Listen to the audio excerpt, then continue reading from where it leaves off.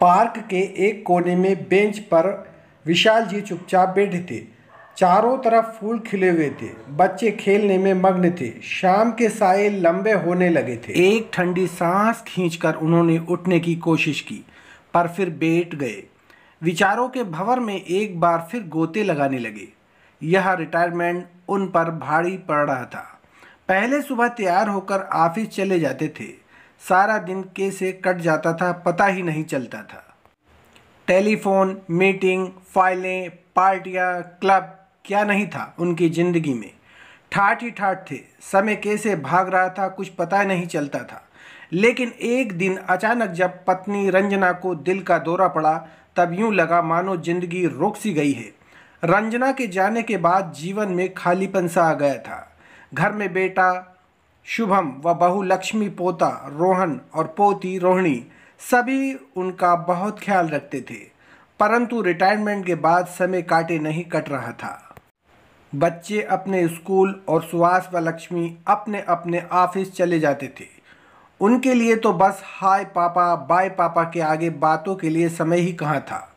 हाँ, उन्हें याद आया कि कॉलेज के दिनों में उनके प्रोफेसर रामदयाल अक्सर कहा करते थे, बेटे पढ़ाई तो ठीक है, बढ़िया नौकरी भी लग जाएगी, पर कुछ और भी सीखो, जैसे संगीत, नाटक, पेंटिंग आदि, ताकि अपने खाली समय को भर सको।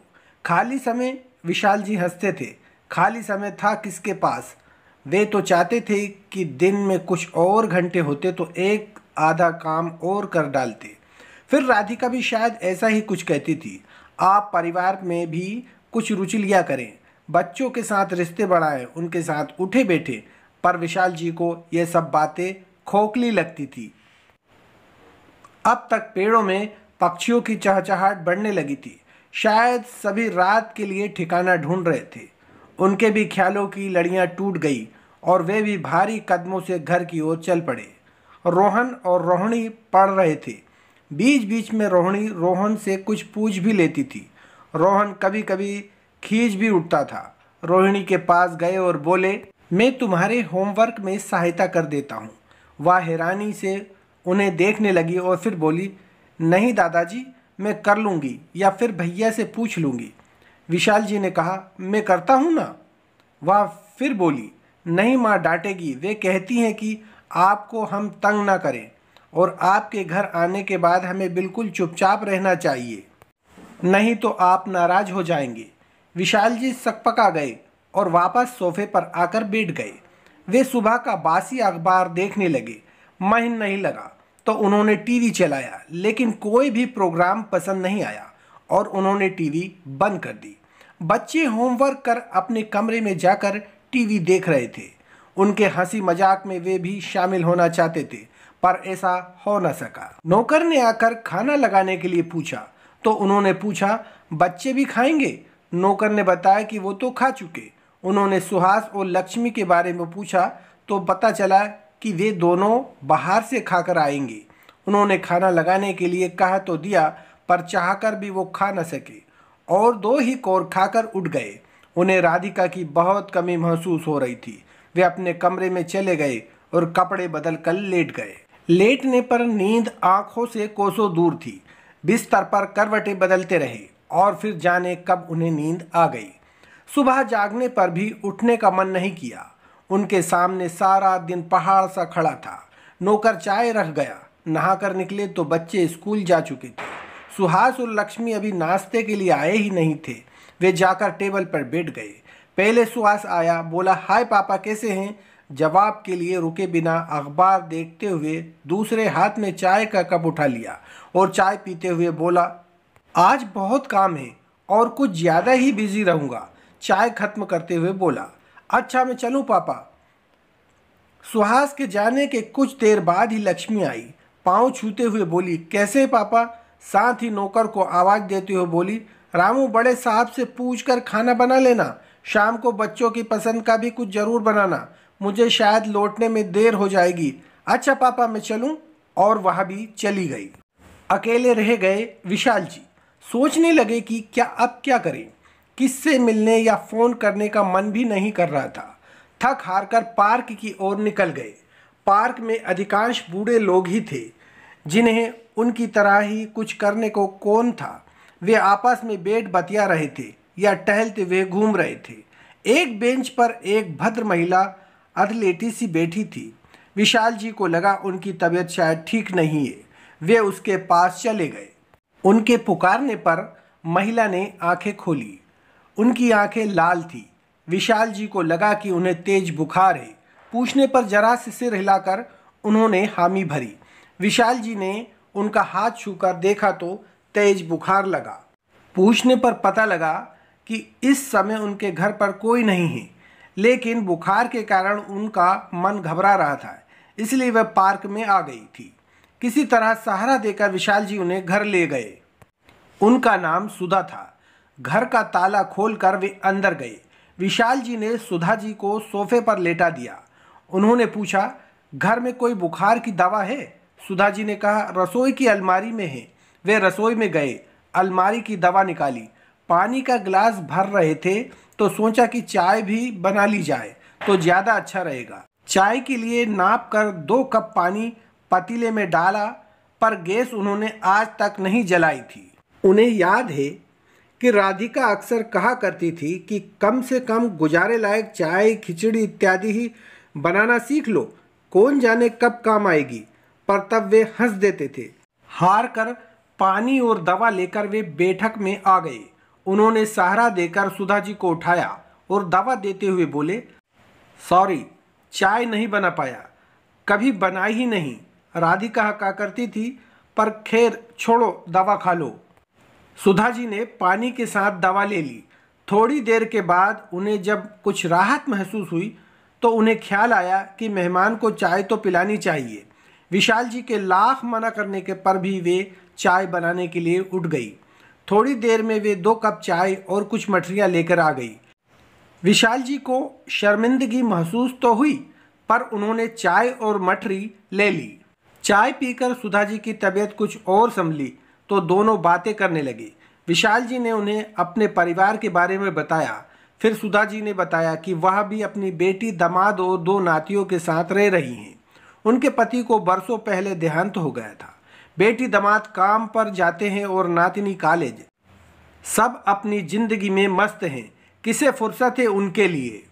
वह घर चलाती है गृहिणी की तरह या फिर नौकर की तरह, वे नहीं जानती। सब उन पर निर्भर रहते हैं। पहले तो उनको अच्छा लगता था, पर अब वे थक गई हैं। सब अधिकार से बोलते हैं। प्यार या इज्जत जैसी कोई भावना अब कहीं नज़र नहीं आती। किसी के पास छुट्टी के दिन भी उनके लिए कोई समय नहीं होता है। लेकिन अचानक सुधा जी को लगा कि एक अजनबी के साथ इस तरह बातें करना उचित नहीं। वे रुक गई और माफ़ी मांगने लगी। इस पर विशाल जी बोले, सुधा जी माफ़ी ना मांगे, शायद मेरे दिल में भी कुछ ऐसी ही फफोले हैं। हम दोनों के हालात एक जैसे ही हैं। फिर शर्माना कैसा? चलो बात करके आपका मन कुछ तो हल्का हुआ। सुधा जी ने उन्हें खाने के लिए रोकना चाहा, पर वे रुके नहीं और लौट आए। दूसरे दिन पार्क में विशाल बैठे थे तो दूर से देखा कि सुधा जी आ रही हैं। वे सीधी उनके पास ही चली आई और पिछले दिन के लिए धन्यवाद देने लगी। फिर वे दोनों बैठकर बातें करने लगे। फिर तो यह सिलसिला सुबह शाम चलने लगा और धीरे धीरे दोनों एक दूसरे का इंतजार भी करने लगे थे। कभी कभी पास के रेस्टोरेंट में वे दोनों चाय भी पीने चले जाते थे। एक दिन सुधा जी ने उन्हें अपने घर भोजन के लिए आमंत्रित किया। वे मान गए। सुधा जी ने उनकी पसंद के आलू के पराठे बनाए थे। खाते हुए उन्हें पत्नी राधिका की याद आ गई। कुछ दिन विशाल जी पार्क नहीं गए क्योंकि उन्हें कुछ हरारत सी महसूस हो रही थी। तब 2-3 दिन बाद सुधा जी उनका हाल पूछने उनके घर चली आई। विशाल जी ने नौकर से कहकर चाय बनवाई और बाद में सुधा जी को खाने के लिए भी रोक लिया।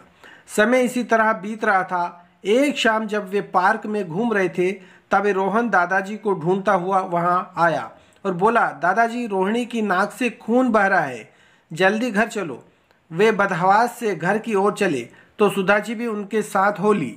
सुधा जी ने रोहिणी की नाक धुलाई, उसका सिर गीला किया और सिर पीछे करके उसे कुर्सी पर बिठा दिया। थोड़ी देर में खून बहना बंद हो गया तो विशाल जी ने चैन की सांस ली। बच्चों ने सुधा जी के बारे में पूछा तो उन्होंने कहा, ये सुधा आंटी है, मेरी मित्र है, यही पास में रहती है। चाय पीकर और कुछ देर बाद बच्चों से खेलकर सुधा जी चली गई। जब कुछ दिनों बाद बच्चे सुधा जी से दोबारा मिले तो विशाल जी ने बच्चों से कहा, बेटा आंटी जी को नमस्ते करो। तो रोहन ने तो नमस्ते कर लिया, पर रोहिणी ने कहा, नमस्ते दादी। विशाल जी को लगा कि सुधा जी को शायद बुरा लगा है, इसीलिए उन्होंने रोहिणी से ऐसा कहने का कारण पूछा तो वह बोली, माँ ने कहा था कि सुधा आंटी नहीं सुधा दादी है। सुधा जी चुपचाप वहाँ से चली गई।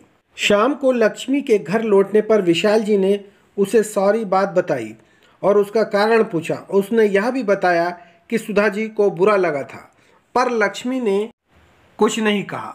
रात को विशाल जी ने सुहास को बताया तो वह भी चुपचाप ही रहा। अगले दिन सुधा जी पार्क में नहीं आई। उसके अगले दिन भी जब वे नहीं आई तो विशाल जी उनके घर गए। वे उन्हें देखकर परेशान सी हो गई।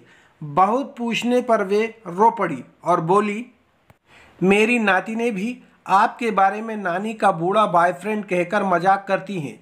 मुझे बुरा लगता है और मैं उन्हें डांट देती हूँ। पर रोहिणी की बातों पर विशाल जी को भी ये बातें चुभ रही थी।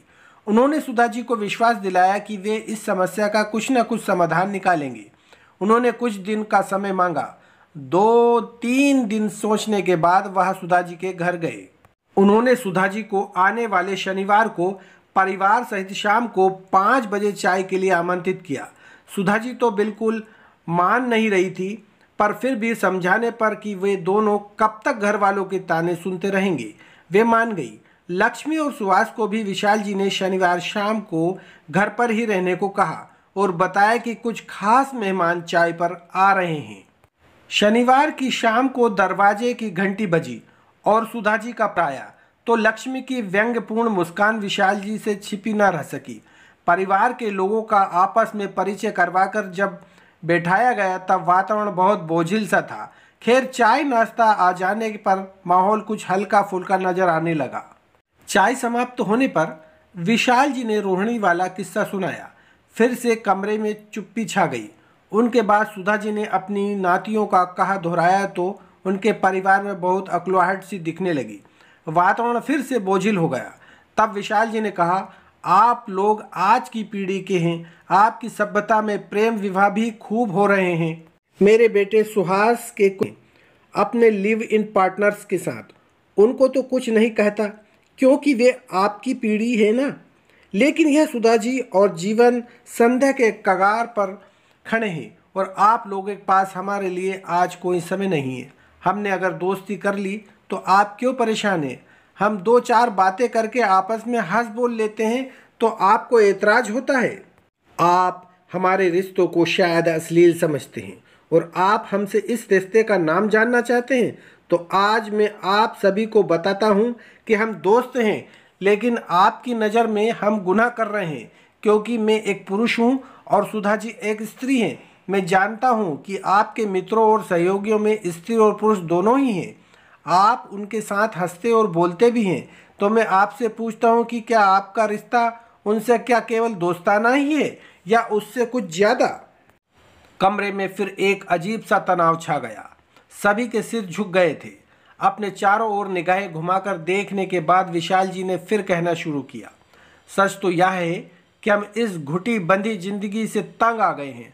आपको एतराज़ हमारी दोस्ती से है तो आज और अभी इस घर को जिसे मैंने बनाया था छोड़कर जाने के लिए तैयार हूँ। सुधा जी अगर चाहेंगी तो वे मेरे साथ आ सकती हैं क्योंकि हम दोनों जीना चाहते हैं। हमें भी जीने का हक है। कुछ रुककर वे आगे बोले, मैं आप पर फैसला छोड़ रहा हूँ, पर यह फैसला मैं आज और अभी सुनना चाहता हूँ।